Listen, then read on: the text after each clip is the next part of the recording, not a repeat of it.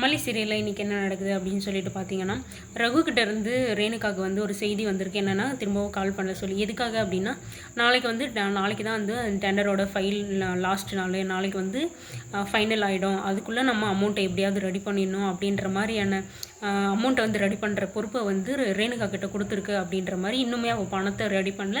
பணம் ரெடியாச்சா இல்லையா அப்படின்ற ஃபோன் கால் கூட அவகிட்ட இருந்து வரல அப்படின்ற கோவத்திலேயே என்ன அங்கே நடக்குது, ஆல்ரெடி அவள் வந்து நம்மக்கிட்ட திமிராக பேசிகிட்டு இருக்கா அப்படின்ற இதில் வந்து திரும்பவும் கால் பண்ண சொல்லி செய்தி அனுப்பிச்சிருக்காங்க. ரேணுகாவும் திரும்ப கால் பண்ணிகிட்ருக்கா. உனக்கு நான் எத்தனை டைம் சொல்கிறது, நீ இதுக்குள்ளே வராத, நீ யாரோ நான் யாரோ, இதுக்கப்புறம் உனக்கு எனக்கும் எந்த சம்மந்தமும் கிடையாது, என்னை விட்டுரு, இல்லைனா உனக்கு தான் பிரச்சனை. நீ வெளியில் அதாவது வெளிநாட்டில் ஏமாத்தினதும் இல்லாமல் இங்கே உள்ளூர்லேயும் வந்து ஏமாற்றிட்டு போலீஸுக்கு தெரியாமல் மறைஞ்சி வாழ்ந்துட்டுருக்க. நான் சொன்னேன்னா வந்து எல்லாரும் வந்து உன்னை பிடிச்சின்னு போயிடுவாங்க அப்படின்னு சொல்லிட்டு ரேணுகா வந்து ரகுவை மிரட்டுற அளவுக்கு வந்து பெரிய ஆள் ஆகிட்டுருக்கா. ரகு நான் ஏமாத்துறேன் தான், ஆனால் வந்து அவங்களெல்லாம் ஏமாற்றிட்டும் நான் இங்கே வந்து உக்காந்துட்ருக்கேன். எனக்கு எவ்வளோ இருக்கணும், ஆஃப்டர் ஆல் நீ ரோட்டில் வந்து திரிஞ்சிட்டு இருந்த, உன்னை நான் அங்கே கொண்டு போய் விட்டதும் வந்து நீயே இப்போ என்ன மிரட்டுறியா அப்படின்ட்டு ரகு ஒரு பக்கம் பேச, ரேணுகா ஒரு பக்கம் பேச, 2 பேரும் அடிச்சுன்னு ரகு வந்து லாஸ்ட்டாக வந்து கூடிய சீக்கிரத்தில் ஒரு இடத்த முடிவு பண்ணிட்டு, அங்கே நான் சொல்கிறேன் நீ அங்கே வர அப்படின்னு சொல்லிட்டு ஆர்டராக வந்து கோவமாக வந்து ஆர்டர் பண்ணுற மாதிரி பேசிட்டு வந்து ஃபோனை வச்சாச்சு. இப்போ ஃபோனை வைக்கிறதுக்கு முன்னாடி வந்து ரேணுகா பேசிகிட்டு இருக்கும்போது நிஷா வந்து உள்ளே வராங்க. பட் ஆனால் நிஷா வந்து பார்த்துருந்தா வந்து அங்கே கதையை மாறி இருக்கும். நிஷா வந்து பார்க்காம அவங்களோட ஃபோனை வந்து பார்த்துட்டு வராங்க. ஆனால் வந்து நிஷா பார்க்குறத வந்து ரேணுகா வந்து பார்த்துட்றாங்க. எப்படியும் வந்து இது பார்த்தாலையும் ஒரு யூஸும் கிடையாது அப்படின்றது நமக்கு நல்லாவே தெரியும். ஏன்னா வந்து அக்கா வச்சே எப்படி வந்தாலும் ஏமாற்றி சொல்லுவா. இதை வந்து நிஷா வந்து தங்கிடுவா, அதாவது நம்பிடுவா. ஏன்னா வந்து தங்கச்சி ஆச்சு இல்லை, அக்கா வந்து இப்போ வந்து உயிராயிடுச்சு.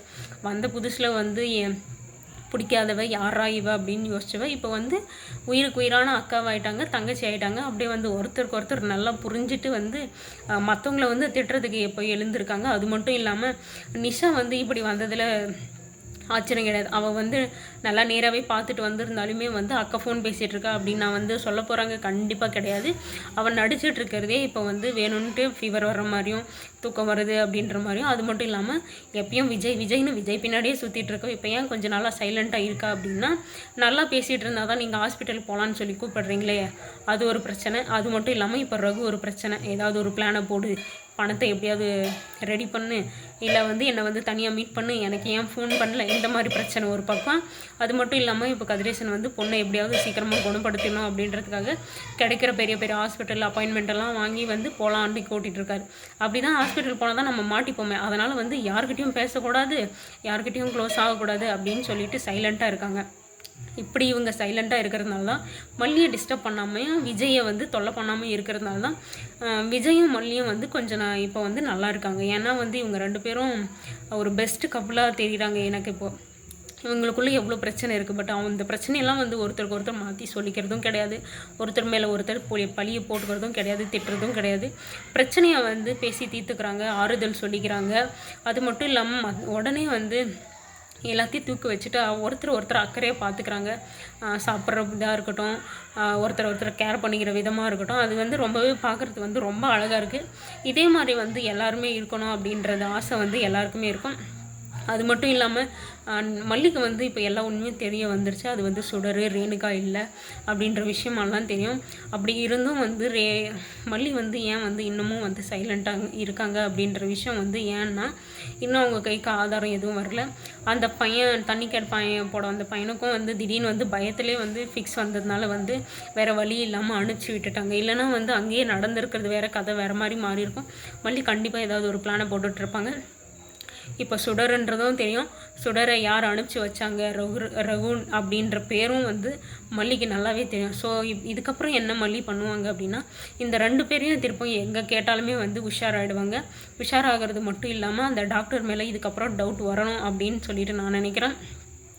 அது மட்டும் இல்லாமல் ரேணுகாவை வந்து இதுக்கப்புறம் வந்து தீவிரமாக வந்து கண்காணிப்பாங்க.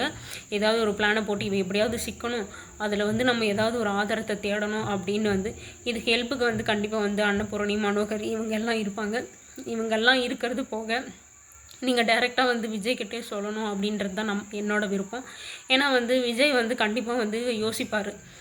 ஏதாவது ஒரு பிரச்சனையாவது இல்லை அவள் ஏதாவது பேசும்போது கண்டிப்பாக வந்து நோட் பண்ணுவார். அதாவது நீங்கள் சொல்லிவிட்டு நீங்கள் நோட் பண்ணி பாருங்கள் அப்படின்ற மாதிரியும் சொல்லலாம். இல்லை வந்து நீங்கள் வந்து உங்களுக்கு என்ன தோணுதுன்னு நீங்கள் வெயிட் பண்ணி பாருங்கள் அப்படின்னு வந்து சொல்லலாம். ஏன்னா விஜய் வந்து இதை வெளியே சொல்லாமல் வந்து அவருக்குள்ளே மனசுக்குள்ளே வச்சுருந்து நோட் பண்ணுவாரா அப்படின்றது ஒரு பக்கம். இல்லை நம்ம இப்படி சந்தேகப்படுறோன்னு நினச்சாலே வந்து நம்ம மேலே கோவப்பட்டுருவாரோ அப்படின்றது மல்லிக்கு வந்து ஒரு பெரிய பயம். ஏன்னா வந்து ரேணுகாக்கா மேலே அவங்களுக்கு ஒரு பாசம் இருக்குது. என்ன இருந்தாலும் முதல் மனைவி, அதுவும் இறந்துட்டான்னு சொன்னவங்க திடீர்னு வந்திருக்காங்க.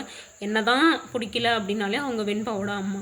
ஸோ வந்து அந்த ஒரு கேரோ ஒரு அக்கறையோ இருக்குது. அதனால் வந்து நம்ம ஏதாவது சொல்லிட்டா வந்து நம்ம மேலே கோவப்படுவார். நீ ஏன் மல்லி இப்படி நினைக்கிற அப்படின்னு சொல்லிட்டு வந்து நம்ம மேலே கோவப்பட்டுருவாரோ, நம்மளை தப்பாக நினச்சிருவாரோ அப்படின்ற பயம் வந்து விஜய்க்கு இருக்குது. ஏன்னா வந்து மல்லி எல்லாம் இப்படி பண்ண மாட்டா, மல்லி இந்த மாதிரி எல்லாம் தப்பாக யோசிக்க மாட்டா அப்படின்றது.